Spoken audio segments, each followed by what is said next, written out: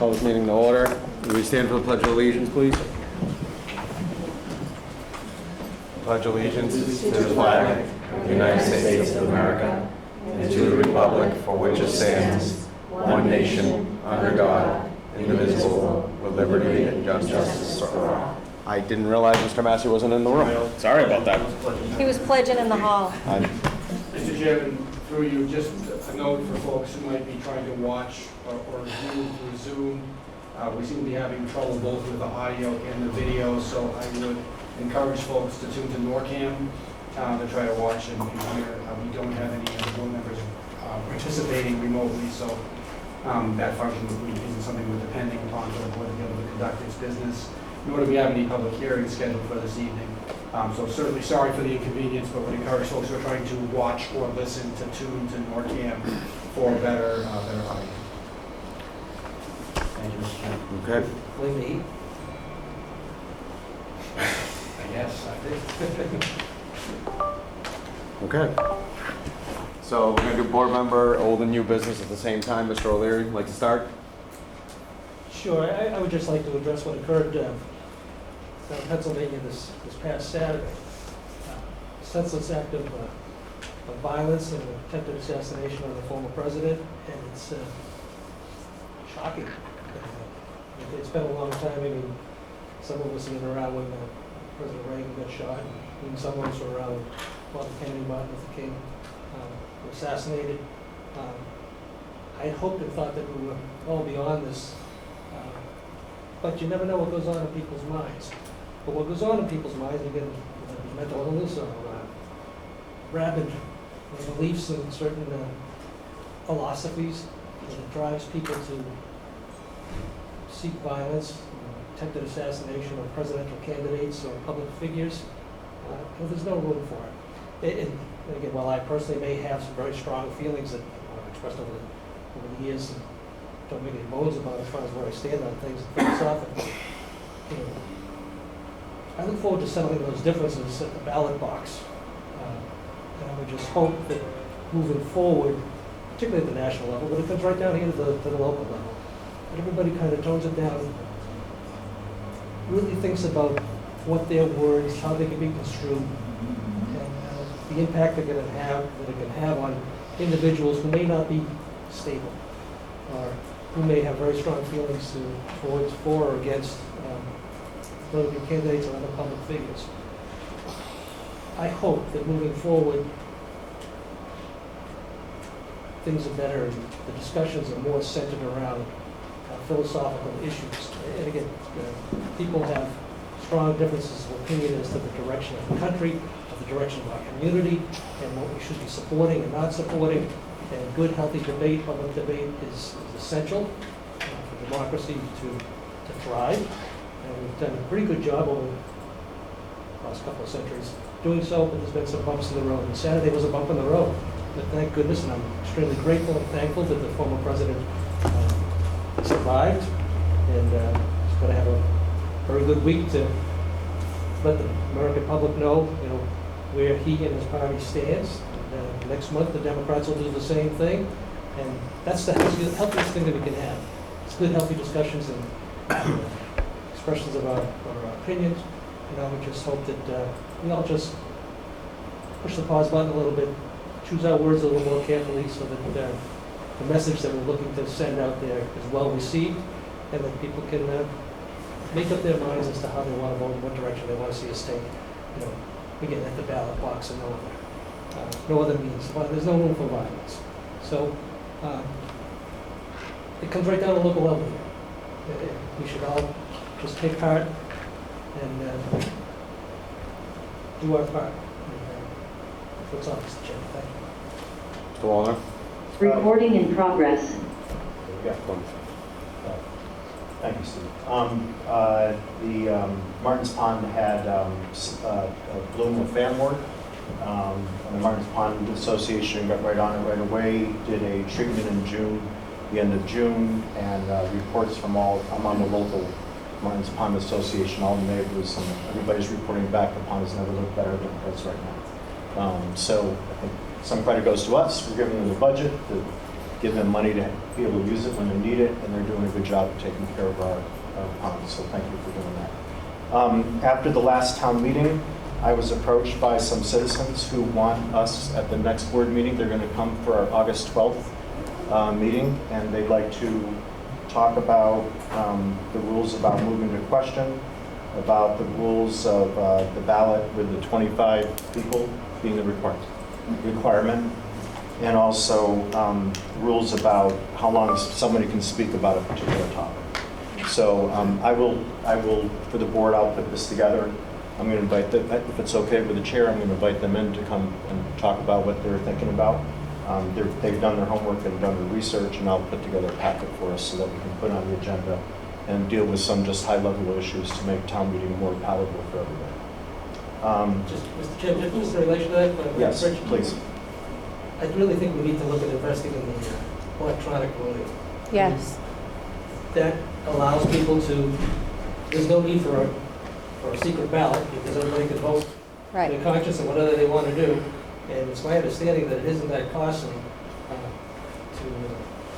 to invest in it. And, that would solve a lot of the problem in relation to people finding the need to move to a secret ballot. Mm-hmm. It's a lot faster than changing the charter. It's a lot faster Yeah. than changing the charter, and it also gives you definitive answers very quickly, and everybody can, vote their conscience and just thumb, index finger, whatever you Yeah. want to use to vote. I just think that would solve a lot of the problem, as far as the I ability of agree. people to exercise their right, which is certainly their right to have 25 people, in the charter to call for a secret ballot. But the need for it in this electronic age is diminished and if not eliminated if we just invest in the technology. And a lot of communities are already doing it, so Yeah. I would ask the administration to reach out and get some information even for the next meeting if they could. So they can make a informed decision and bring it to the town meeting if we need an appropriation, see what they want to do. I can't think of anybody that would be opposed to it. So, I'm sure there'll be somebody. There's always somebody. who There'll be makes it. always somebody. somebody who could oppose. But again, I think it's just in relation to the issue that's been raised. Yeah, and it was very pronounced the last. Yeah, but the technology's there. There's no need for us to go through these exercises unnecessarily. So. Mr. Wallner, anything else? democracy. Yes, the third thing is Frances Cheney died. She's 77 years old.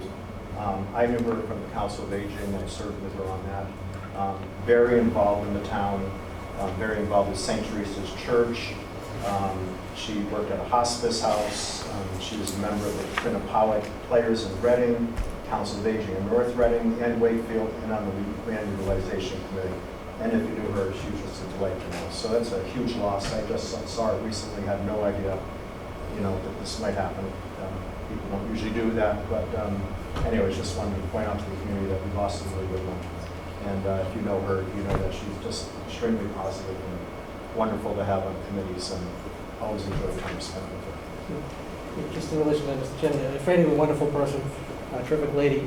Her parents before her were involved in the community, State Uchenskis, and her son, Jimmy Cheney, is on the Conservation Commission, so the family has a long history of devotion to the community, and a terrible loss of the community and to the family. Franny was a wonderful, sweet person, who contributed an awful lot, so glad you mentioned it. And the Swan Pond work is still going on. We have another meeting on Wednesday. That's just to get ourselves organized for a public meeting that we'll probably have in September, so that the community can hear what we plan to do at Swan Pond with the trails. And so we're making good progress on there. I think we're getting some reasonable neighborhood support, which is always an issue, to sort through things. So I'm feeling good about this progressing in the near future. And then we're going to hear, I believe, from Francine tonight. I invited her to come down to speak to the board about the Pride Parade and what happened during that. And so I'm glad you're here, and look forward to hearing you during public comment. Thank you. Mr. Massey? I just want to echo what Mr. O'Leary said. I certainly condemn what happened. I personally think it was a demoralizing day for America. I think, and I'm not able to go off the cuff like you are, but eventually over the years I'll be able to. But there's no circumstance where that should be a thought. It's a senseless and unimaginable action by a 20-year-old guy who tragically took the life of a bystander and injured others in the process. Violence has no place in America. We are a nation that needs to be united. I'm sure many of us would wish that every day was September 12th, 2001, a day of uniting around the country, a day of when loving our neighbors and respecting our leaders, first responders, military, and those in authority were at its highest.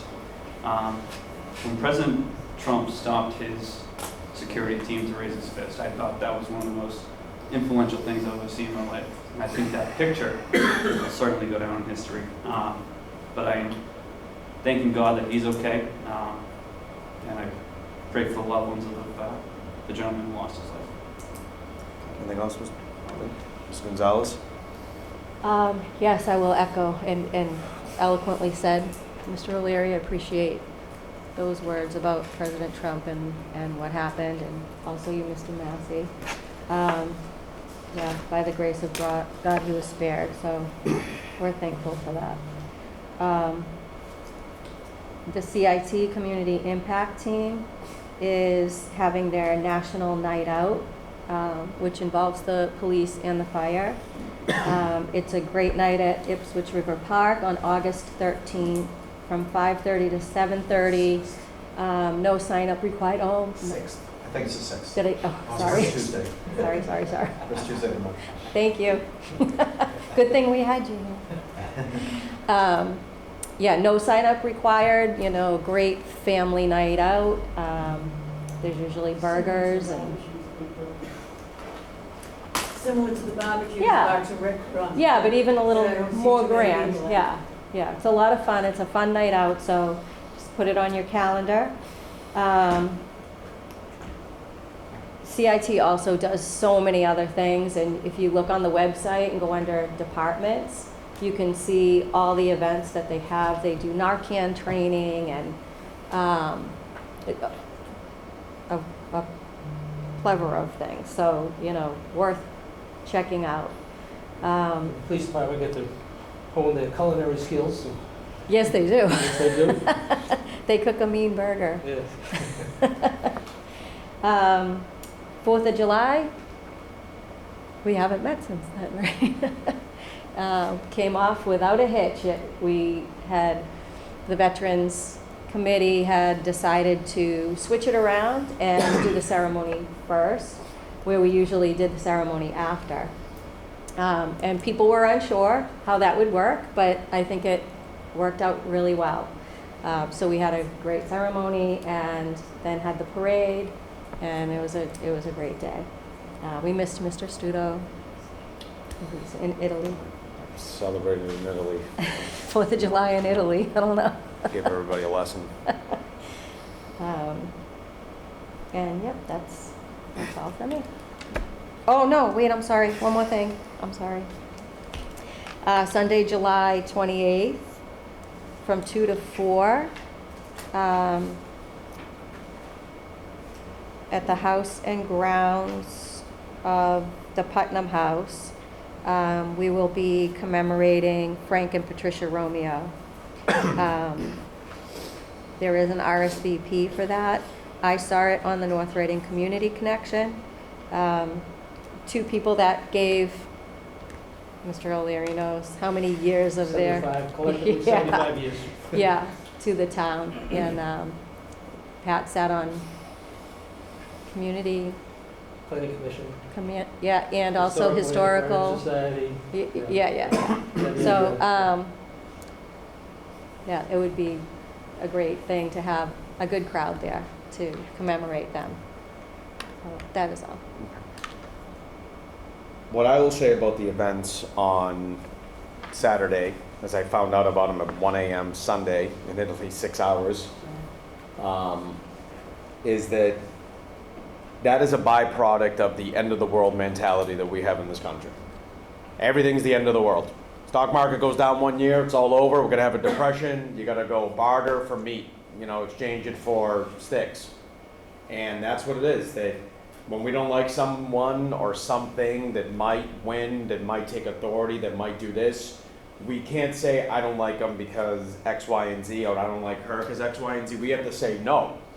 Forget about the merits. If this person or that person, no matter what side you're on, gets in, the world will end on that day. We will cease to exist.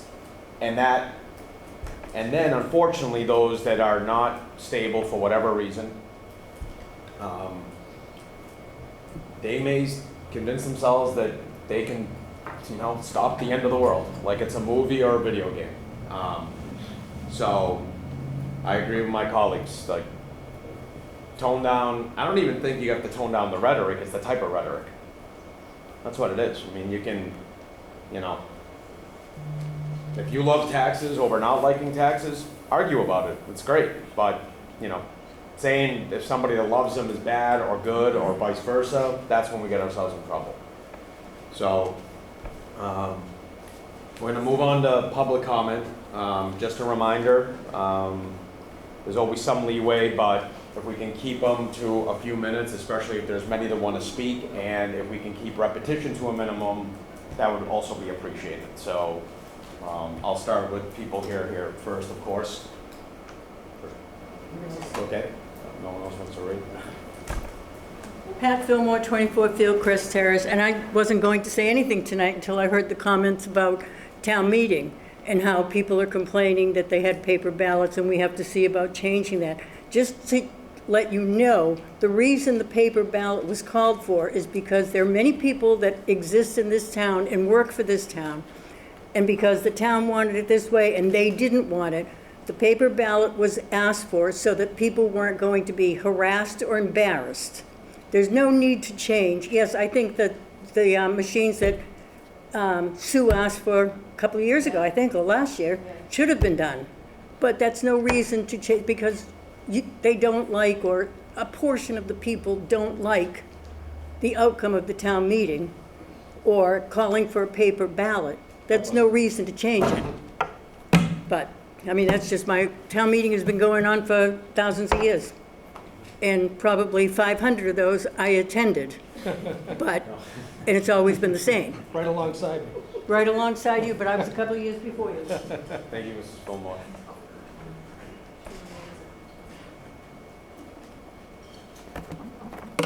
Hi there.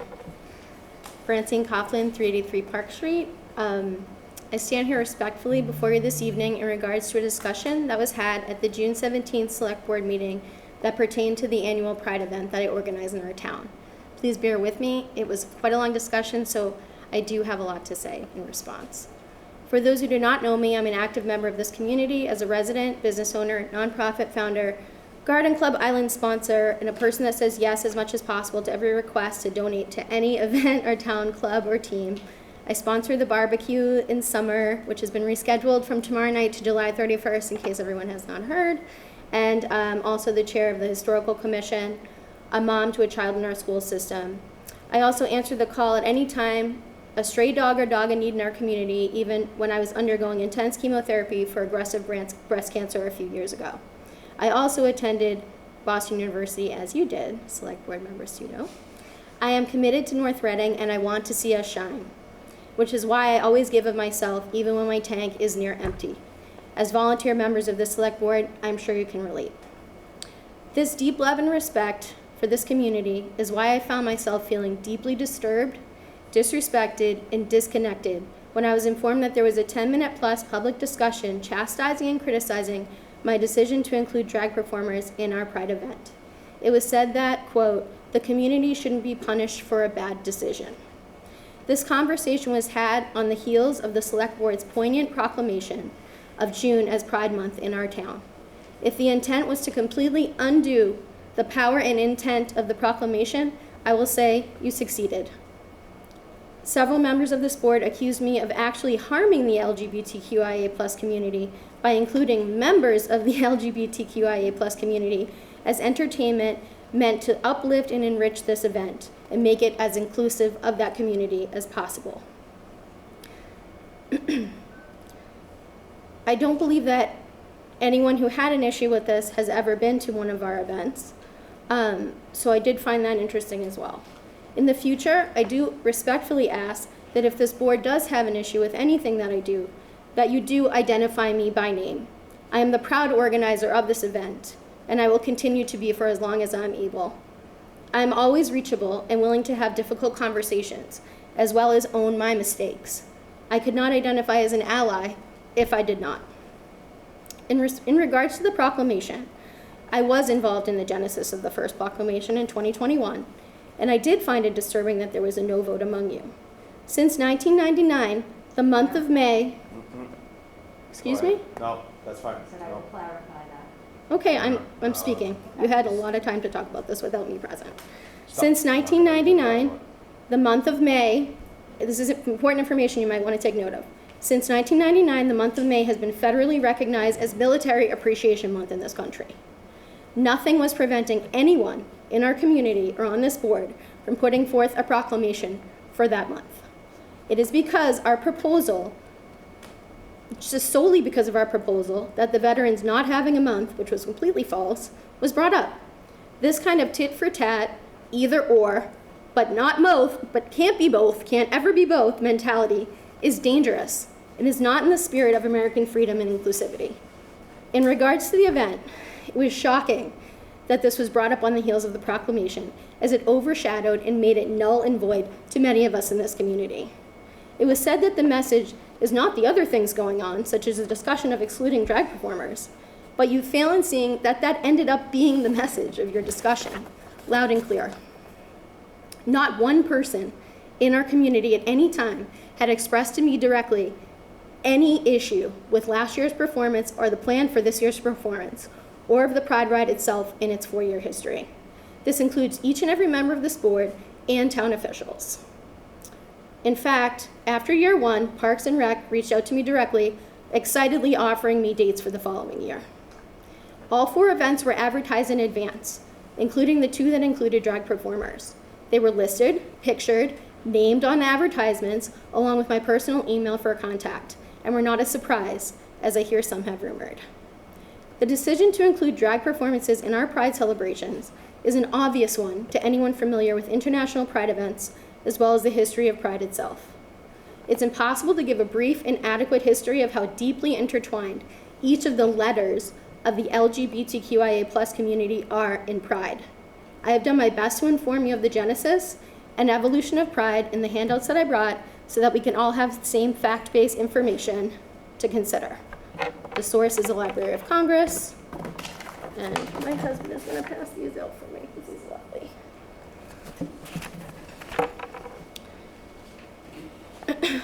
I want to be very clear that drag entertainment is not adult entertainment.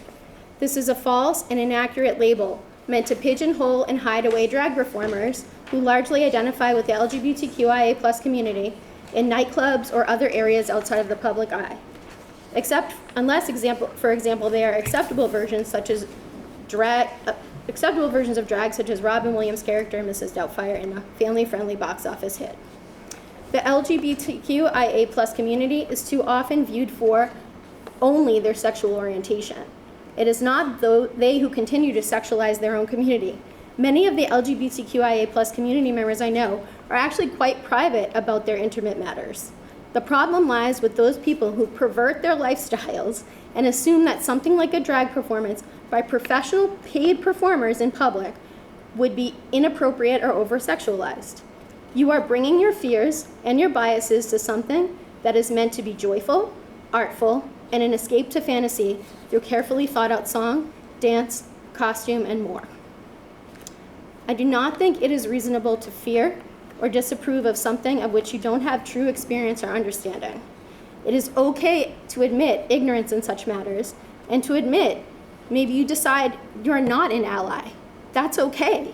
An ally does not pick and choose what aspects of support they are comfortable giving a member or a group of people in a community. They embrace their differences head on with radical love and support and seek education on the lived experience of that community. The allies in our community, as well as the humans we seek to love and support, who are members of the LGBTQIA+ community and other historically marginalized communities, ask that you please consider the damage that publicly targeting any or all parts of an event meant to represent, celebrate, include, and advocate for the human rights of your citizens can and does cause. I'm sure no one would like to be the reason that someone is discriminated against further. If you're truly concerned about the youth seeing things that parents may disapprove of or feel uncomfortable with, perhaps our goal to normalize it isn't as far off as your intended goal to perhaps hide it away. We are all here doing work for the future. At least I choose to believe we are. Or what is this all for? The proclamation celebrates the entire community's right to exist. But it seems that we're saying that excludes public spaces in North Reading. No one has the right to determine that a drag performer, or as many as would be willing to participate, do not belong in our Pride celebration, or in fact anywhere, because that performer is a human being with rights given to them by the United States of America. Telling members of an already marginalized community that they don't belong in 2024 is disgusting. And again, it's dangerous. Picking and choosing what our First Amendment rights protect is wholly un-American. Because I'm transparent and worried for the safety of the performers, after this occurred, I did share the transcript article as well as the YouTube of the meeting with our 3 performers. All identify as gay men and are talented, hardworking performers. Although it's hardly the first time they felt grossly misunderstood, misrepresented, and unwelcome, we had a productive conversation. They understood that their presence was being deemed falsely as adult entertainment. They had a very tame pop music set list set up already that I could have shared with everyone if they were interested. And they were being asked to hide away in a club or other place where the public could not see or experience their existence. One of the performers is a young man whose parents came with him last year, and this year, and their tears of joy and pride watching a child who could have been forced to feel very differently about himself due to criticism such as this board's was worth every second of you shaming my decision. Because these incredible humans have professionalism, character, and integrity, they decided they would still like to perform in North Reading. On the day of the event, they were the very example of self-confidence, bravery, grace, and beauty. No one has to agree with that. I know this to be true to my core given the overwhelming joy of our attendees and the excitement to come again year after year. You've all been elected to serve and represent our town. That means you have a responsibility to serve and represent all of the citizens of North Reading, not just the ones living lives that you understand and approve of. I invite you, as I do every year, to come to our next event or any Pride event and experience the rich, vibrant, and free community that attends, if for nothing else than to challenge your own bias, as we should all strive to do, especially in public service. Thank you.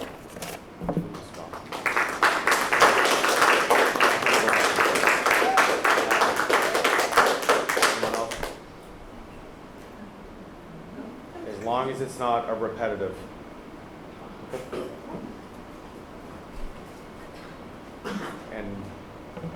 And that's the only 6 minutes.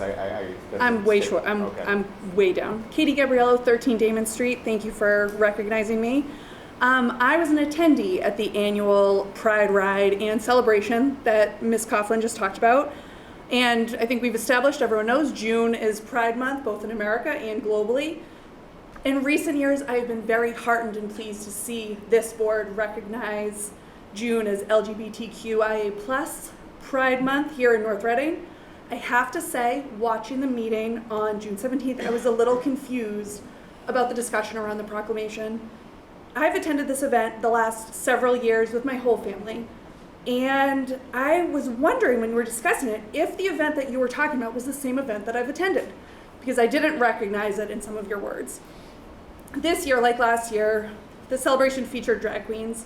They danced, they sang, and they put their hearts into entertaining the whole group at Ipswich River Park. The event has always been billed as both inclusive and family-friendly. When you all questioned the appropriateness of the event, I had to wonder if you were being deliberately obtuse or truly can't recognize the difference between a drag performance that's intended for an adult audience and one that would be fitting for a family-friendly celebration in the middle of the day at 1 p.m. at Ipswich River Park on a Sunday. I attended this event with my 3 elementary school-age children, my husband, and a wonderful group of folks from the LGBTQIA+ community, friends, neighbors, and fellow allies. The idea that an event geared towards celebrating this marginalized community with family-friendly drag performers as somehow inappropriate or shameful is such a perfect example of why we need to celebrate Pride Month every June. Let me be clear, there was nothing inappropriate about this event. Mr. Wallner, you were there in attendance. It was great to see someone represent our select board. It was a celebration of the community and all the beauty and the joy that comes with it. We are so lucky to have had this event here in North Reading, and we are lucky to have a leader in our town like Francine Coughlin, who put the huge amount of personal effort, time, and money. The money that she spent to make this a wonderful event is so above and beyond. We're so lucky to have someone like her in this town. Thank you, Francine. And I know, Mr. O'Leary, you mentioned earlier that words have impact, and we've all spoke about rhetoric has impact. I would like you to turn the mirror around and recognize how your own words have impact. And when you say, yes, we will proclaim this month as LGBTQIA+ Pride Month, but then say this event is very inappropriate and it turns people away from it, it's hypocritical. And I urge you to think about that in the future around this issue and other issues. Thank you. Thank you, Ms. Gabrielle. So, just to be clear, if it's repetition, we're not going to do it. So you can come up, but if it's repetition, we're not going to. That's fine. Thank you. Okay. You have to bear with her, she's a little nervous, okay? All right, so I am Marissa Municiplia. This is Willow Allison. We live on 3 Quimby Can you just have Road. your address, please, ma'am? 3 Quimby, Thank you. yeah. So we live on 3 Quimby. We attended the event together, and she wanted to talk about it. Go ahead. I really love the drag queens, and I thought it was an amazing show. I really liked meeting them because they were nice. And I'm really excited to see the next one. And if other people were nervous or did not understand them, maybe they should come next year and join the fun. Thank you.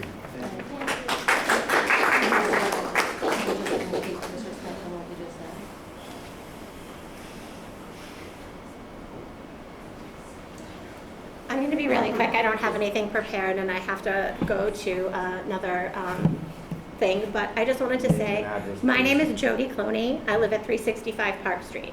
I guess what I want to say is I am the parent of a transgender child.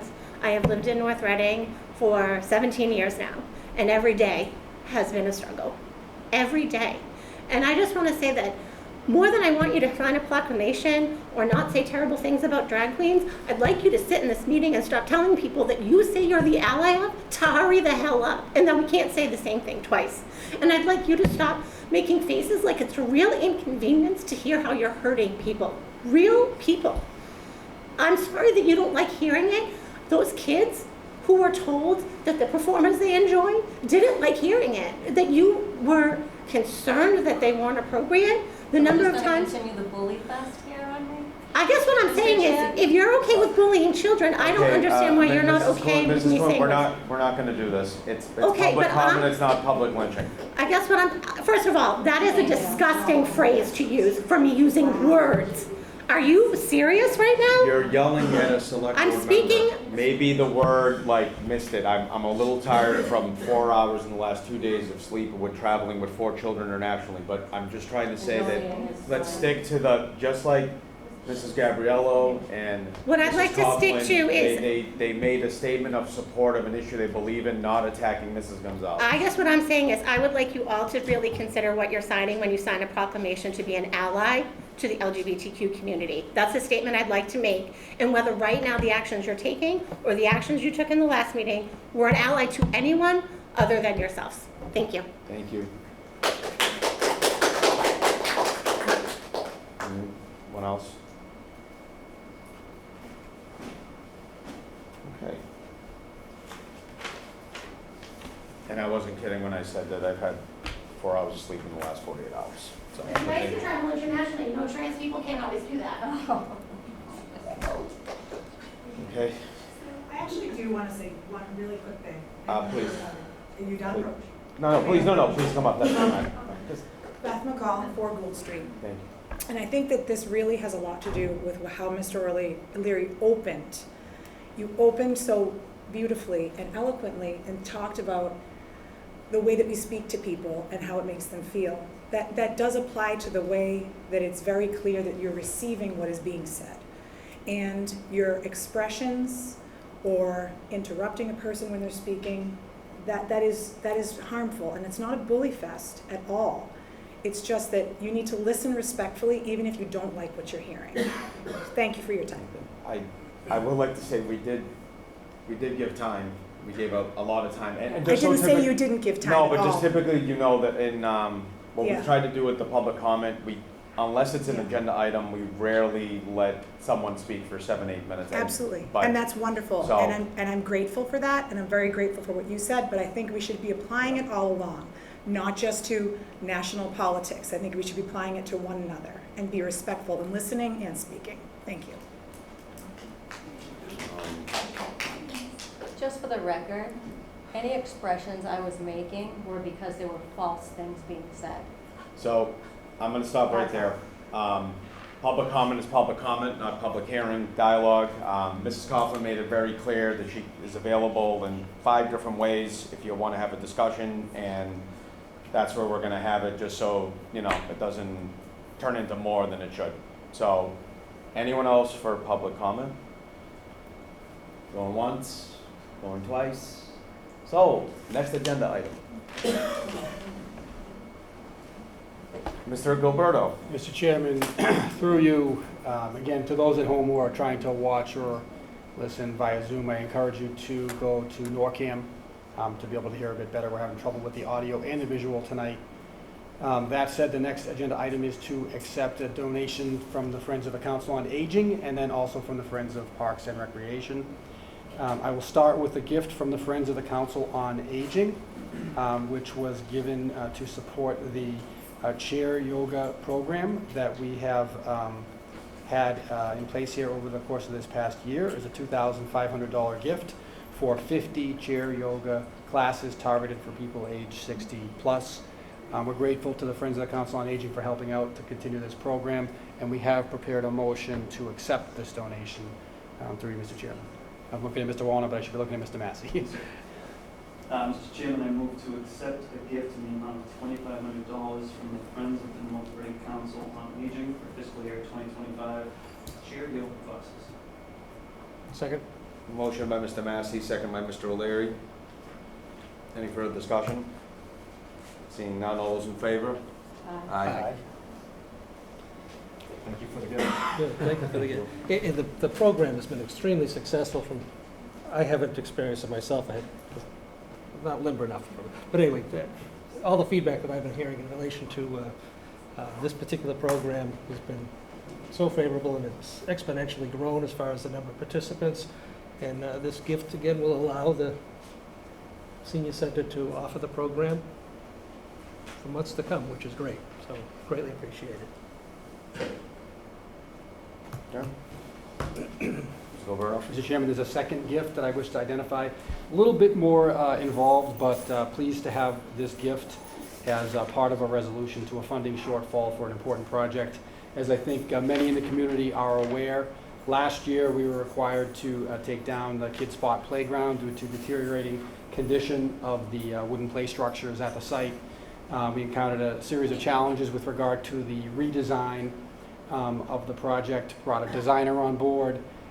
It's not part of this gift acceptance, but I would like to recognize the generous donation of Luke Roy's time to help us with identifying the best way to address things on that site. It was an in-kind gift of his time and his company's resources, and we certainly greatly appreciate that. Project was designed and was put out to bid in the month of June on an expedited timeline, and unfortunately the base bid came in roughly $15,000 or so short, $25,000 short of the total budget that we had in place. The Parks and Recreation Department is looking to award the base bid for the project, which is $452,900. The designer recommended a contingency in the amount of 3%, I believe it was, for the project, which resulted in a shortfall for the project overall in the amount of approximately $26,000 plus or minus. Did I round that number right, Marty?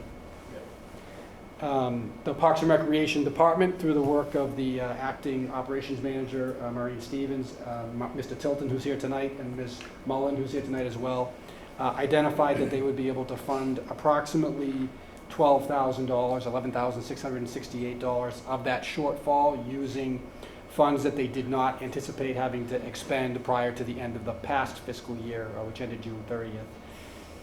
When you include a 3% contingency, the remaining issue is approximately $13,587, which the Friends of North Reading Parks and Recreation, through the leadership of Ms. Stevens and others, I'm looking to Ms. Mullen and Mrs. Fillmore. Are you both members of the Friends as well? So thank you for that.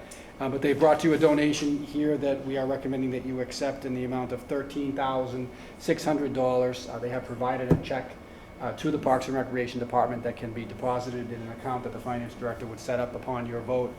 I'm pleased to report that that will not only provide sufficient funding for the base bid of the project to be completed, but also ensure that we have a small contingency in case anything unforeseen comes up during construction.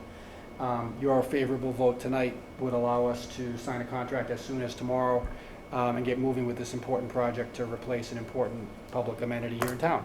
Again, I just wish to thank Friends of Parks and Recreation for stepping up. To be clear, no backsies on this. They've given us a gift. It'll be deposited into a gift account and it will be there for the park moving forward, and we're grateful for that as well. And I believe you have a motion, Mr. Massey. Mr. Chairman, I move to accept the gift in the amount of $13,600 from the Friends of North Reading Parks and Recreation for the reconstruction of Kids Camp. Second? Motion by Mr. Massey, second by Mr. O'Leary. Any further discussion? I have one thing. Yeah. I took a look at this. Just want to commend the recommendation for the 3% contingency. I think that's, for the nice to haves or the unexpected rainy days that come up. I would have always suggested at least having 2 bids. Ideally, 3 is your best practice, but when I found out that the only bidder here was Desmond Landscaping, I was really happy to see that. I have crossed paths with Desmond in my professional experience and can attest to their professionalism, cleanliness, responsiveness, wearing great hands, and I was really happy to see this, and I wish the project the best of luck. And I am more than happy, I referenced to these folks that more than happy to volunteer my time to take site visits, create punch lists, whatever is needed for the project to help you help. So happy for the town that we got that. Anything else? Okay. All those in favor? Bring it to closure. Let's get it done. Marty, you ready for this? All right. No, we had a lot of hard work put into this and a lot of discussion we've had over several months, and it's finally coming to fruition. And thanks to the people who are making the donation to bring some closure to this project and then reopen it. It's going to be a wonderful thing and a wonderful resource for years to come. So, okay, thank you very much. All those in favor? Take a vote. Fine. All those in favor? Aye. Aye. Thank you, thank you. Thank you, everybody. Again, to Friends of North Reading Parks and Recreation and Luke Roy, thank you very much. I'm glad you pointed out, we appreciate this a lot, and did a lot of work, graphic study and test hole digging. I know we have a contingency money in there, but hopefully we won't have to use it because we haven't done the test holes. There's not going to be a lot of unforeseen, hidden things like granite or ledge or anything like that. And really appreciate all the time that he volunteered and helped us to just get this project going. Thanks, Marty. Thank you. You have somebody who can bring the message home, I think. I'll let him know. Yeah. I just texted him, I was like, good timing. Thank you. Thank you very much, guys. Thank you. Next. Mr. Chairman, the next agenda item to vote to approve and authorize the chair to sign an intermunicipal agreement for public health excellence for shared services grant. I will note that both our own health director, Mr. Bracy, and Mr. Roberto, just a question. Are we going to review this? Oh, I skipped one. I'm Yeah, we're sorry. skipping. But why don't we get that out of the way so that Mr. Bracy doesn't have to hang on the line? And Okay. And they're, I think, hanging on NORCAM because of the problem that we're having. So I can certainly text with them if need be, but I'm hopeful that we won't need to. So if you want to take go ahead, take this. So, this is a great program that Mr. Bracy and the health director have been working with our area health departments to establish some shared public health services. We're not giving up any autonomy here in terms of our own independent ability to operate as a board of health, but we are able to access grant funding and additional capacity in grant funding, whether it be backup nursing services, and we all know how difficult a challenge it was to find a primary public health nurse. Thank goodness for Ms. Merrill, who stepped into the role. But we will need, it provides an ability for backup should we need it, as well as a potential for some Title V related services, which is certainly very important to keep our local housing market moving and our local construction market moving. So I want to recognize and thank Mr. Bracy for his work representing us. The IMA is a great proposal for us moving forward. I will note the question that always comes up, what are we being obligated to financially? Right now, we're relying entirely on state grant funding. To the extent that this collaborative comes up with programming that would require a local match, our obligation is to request that funding from town meeting, but should that funding not be approved, we're not under no obligation to actually expend. And I suspect, given the difficult financial times that many communities are facing, that it's probably unlikely there's going to be a significant request coming forward with regard to this program. But it's a great way for us to get some additional capacity. We have a small but mighty health department with Mr. Bracy, Ms. Merrill, Ms. Doolin, the 3 board members, and some contracted services. And so we're pleased to be able to take advantage of this. Mr. Bracy has texted me. It's a 3-year funded position that will lie in the town of North Andover's health department. So we have a couple of years to work off of this, hopefully without any need to even request additional funding. But a great way to get additional services, and we would urge the board to approve the IMA and authorize the chair to sign. Yeah. Do you have a motion, Mr. Massey? Sir, Mr. Chairman, I move to approve the intermunicipal agreement with IMA for the Public Health Excellence for Shared Services Grant. Authorize the chair to sign the agreement. Second? Motion by Mr. Massey, second by Mr. O'Leary. Any further discussion? Thank you, Mr. Chairman. Again, all of us who've run for public office and for this board have all talked about collaborative effort, joint efforts with utilizing other communities. This grant has allowed us to participate, collaborate with other communities, and it's going to be furthering our ability to take advantage of some of the resources that other communities have to offer us on a regional basis. This is something that we should be expanding upon looking forward, because the economy of scales, being able to collaboratively work with our neighboring communities is huge. We should be doing it not just in this particular area, but in other areas too. Much like the regional dispatch that we're going to be engaging in starting next year. So I would strongly urge the board to support this. And again, it's almost like a pilot program with state grant monies to work with us. And if it continues to work well for us and we have to start putting some funding towards it, my guess is that the return on the investment will be significant, as we'll be able to pull on the resources from other communities to help us out. As Mr. Gilberto pointed out, we have a small but mighty health department, public health department here, who does a fantastic job and have over, well, forever, but for the last several years in particular. And the collaborative effort that Mr. Bracy and the members of the board there have instituted over the last several years is paying significant dividends, and this is just a step in the right direction, and we should be embracing it. Anyone else? 100% agree with that. We need to, as we face tight budgets, the more we can work with other towns is probably in all of our best interests, because as we know, Prop 2.5 across the state is not going so well. So I think the more we can do across with other towns and combine resources is the best thing we can do all the way around for all our departments as much as possible. And again, I want to acknowledge Mr. Bracy's efforts on this, along with the Board of Health, to bring this to fruition, and our legislative delegation for getting the funding for it, and put it to good use. Okay. All those in favor? Aye. Go back to the budget. Thank you, Mr. Chairman. Unfortunately, not able to broadcast the slides up there, but I think we have seen the slides. It's more intended to be a general update for folks with the vote of the June 18th special election for the Proposition 2.5 override having not passed. We do nonetheless have a budget in place. It reflects the so-called Motion 1 budget that was voted at town meeting. within the limits of Proposition 2.5, providing services as of July 1st. So this building was open. I know the schools have been working hard as well, police, fire, DPW, all here. I did feel it was important to put this on the agenda just to state more publicly that there will be challenges, as we indicated. I'll start with the schools. I'm reading directly from their slides from the presentations. They will meet all contractual salary and operation expense obligations, but are looking at the elimination of potentially 15.2 positions.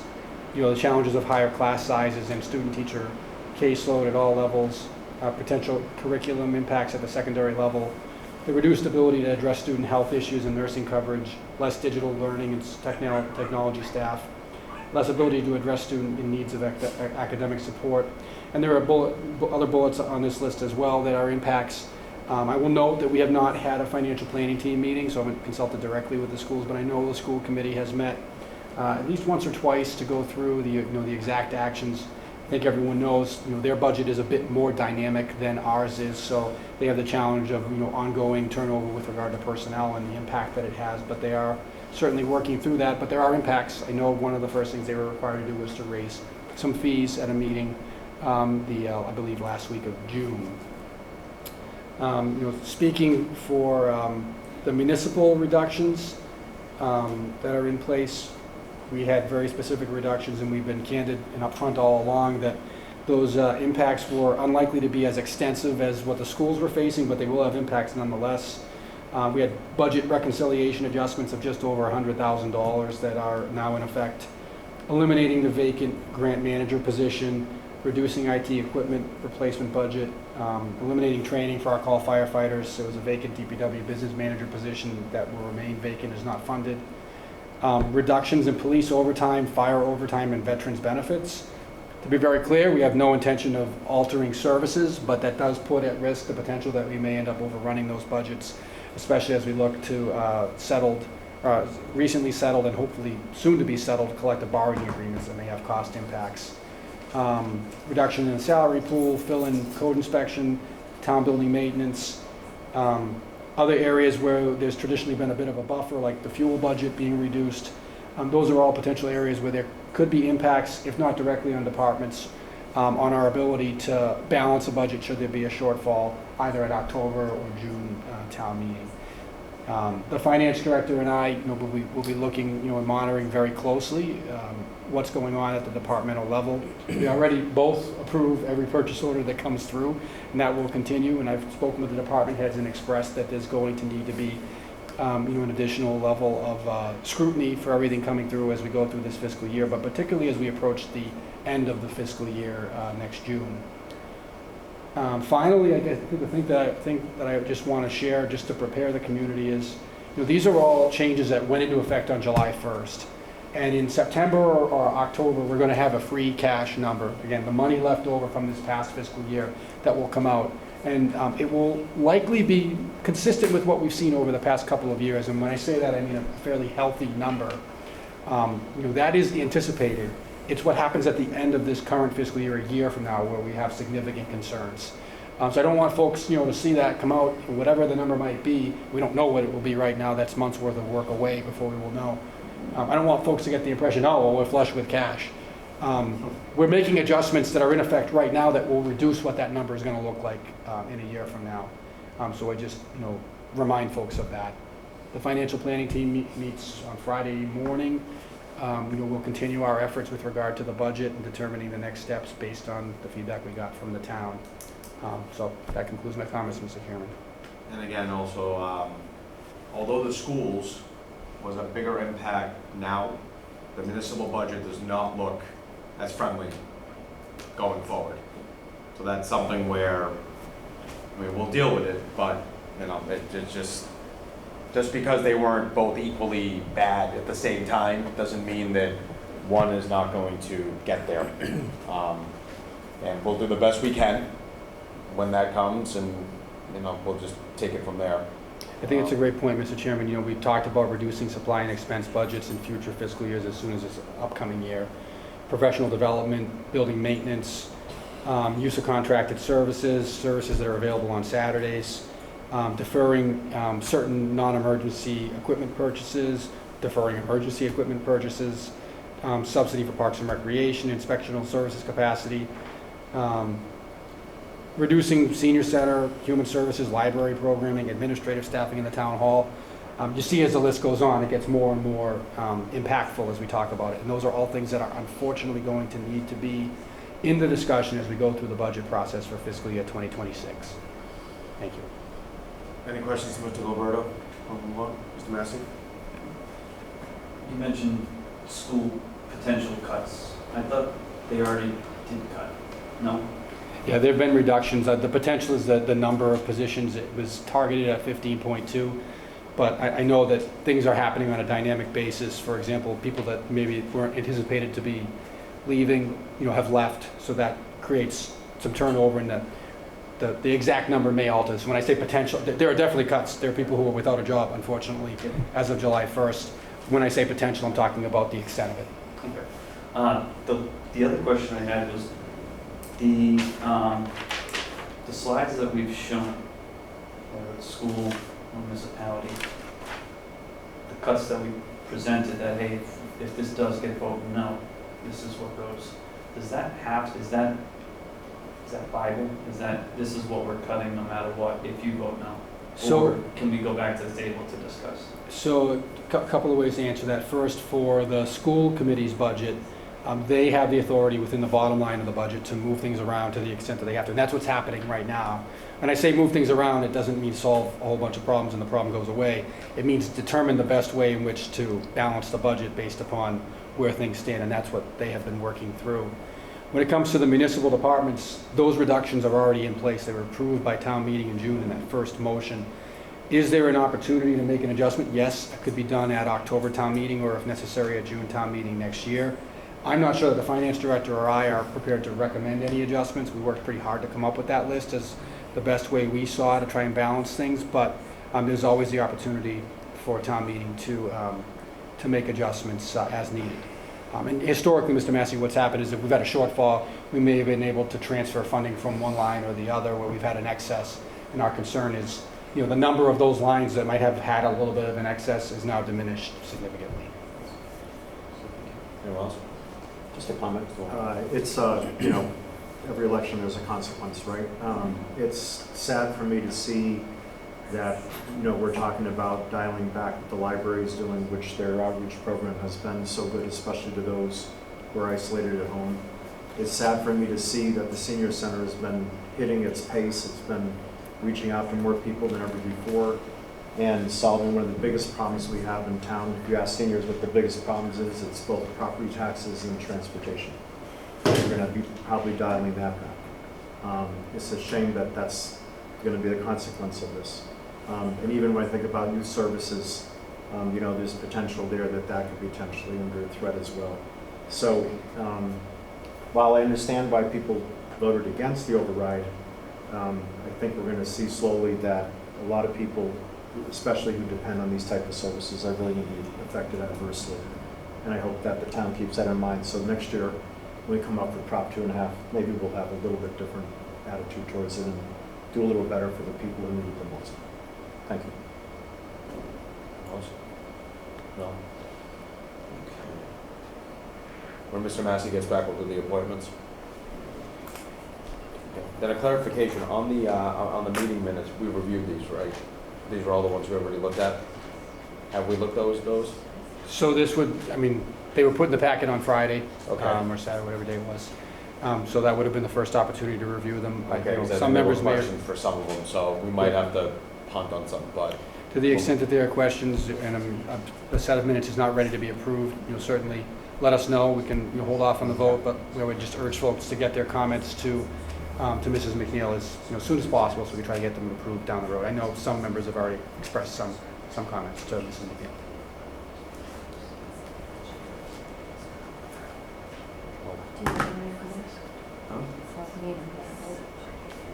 I'll wait for him to come out. But you know what? If you want to do, is the town minister's report long? It's not terribly long. No, I can go to that. Why don't you start that, just so we're not just sitting here making the face. Thank you, Mr. Chairman. I attached to my report a copy of testimony that I submitted on behalf of the town for our recently filed means-tested property tax exemption legislation. Representative Jones has worked with Senator Tarr to advance the bill, and we are hopeful for quick approval. Mrs. Gonzalez mentioned the event that the Antiquarian Society is hosting on July 28th. Thank you for bringing that up. I just note that Detective Paul Lucci of the Police Department is going to be participating as a member of the FBI National Cyber Investigative Joint Task Force.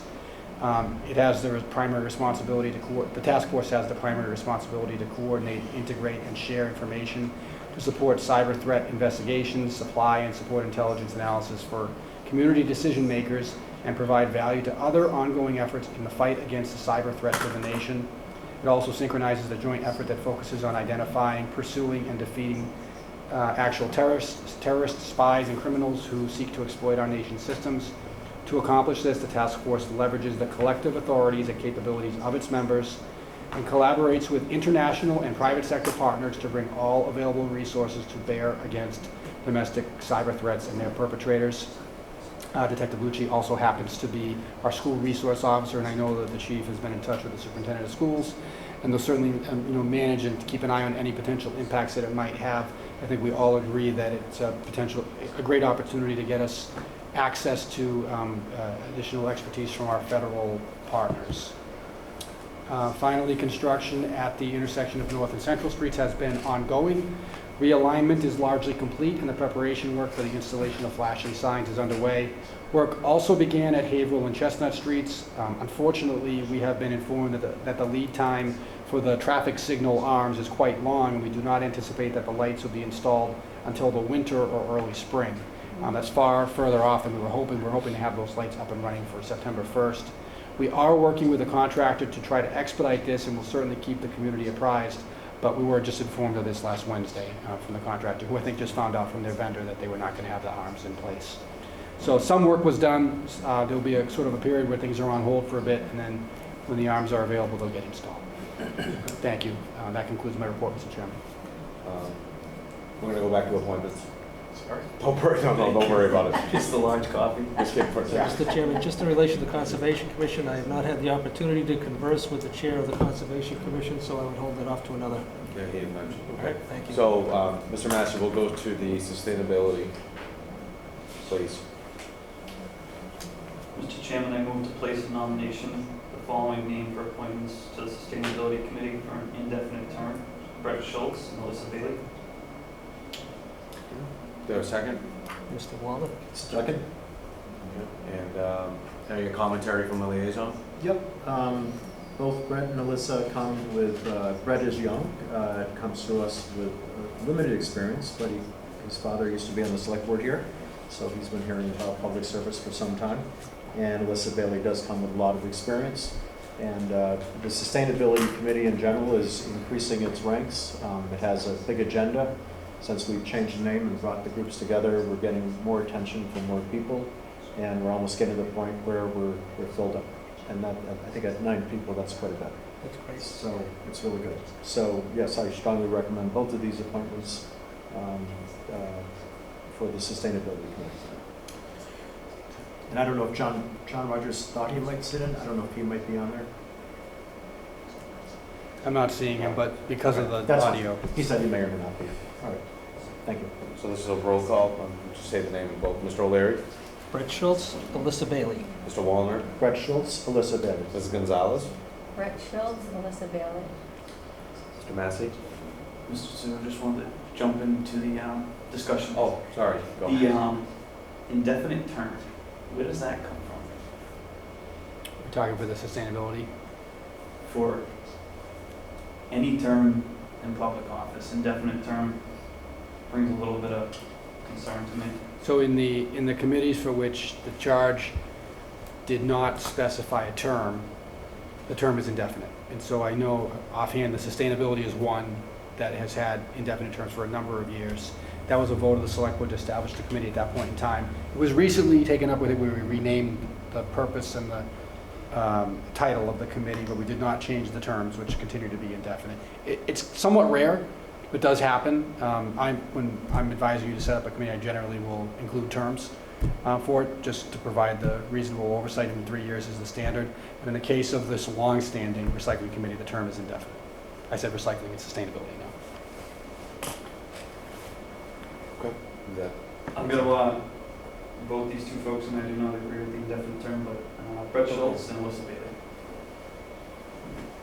Oh, and then the chair is Brett Schultz and Alyssa Bailey. I'm sorry, I'm really trying to like.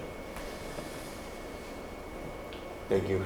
Okay, and then for youth services, please, Mr. Massey. Yes, sir. Mr. Chairman, I move to place a nomination of the following name for appointment to the Youth Services Committee for a term to expire December 31st, 2027. Sam Messina.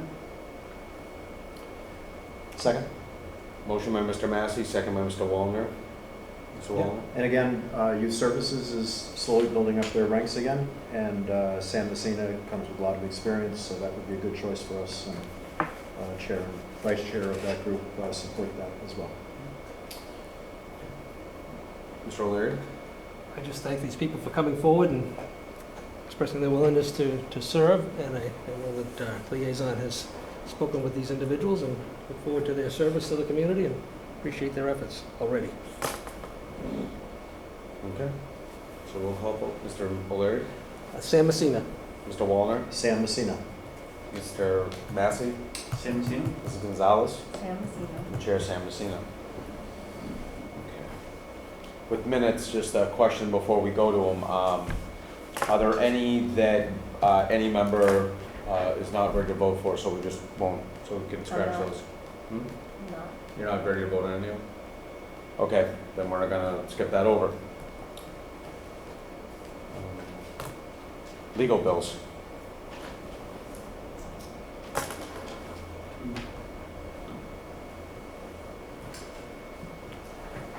That's not true. Mr. Chairman, through you, Oh, you want? just prior to the motion being read, just for folks to know, these are the final two legal bills of the fiscal year. Almost immediately after you voted the last bill for the month of April, we identified that there was going to be a shortfall. We then quickly requested a funding transfer from the Finance Committee in the amount of $30,000 to cover the anticipated shortfall. We do have sufficient funding in place, but I just do want to make that known for the record. We did have a shortfall. One of the things that it is attributed to is we did have a recount that town council was involved in, so there was an expense that was incurred with that. Town council was extensively involved in a lot of the discussions relative to the Proposition 2.5 override, so there was some cost incurred with that as well. So there are specific things that did have an impact that led to to the increase, but we do have funding in place to pay the bills. Thank you. Mr. Chairman, I move to approve legal bills.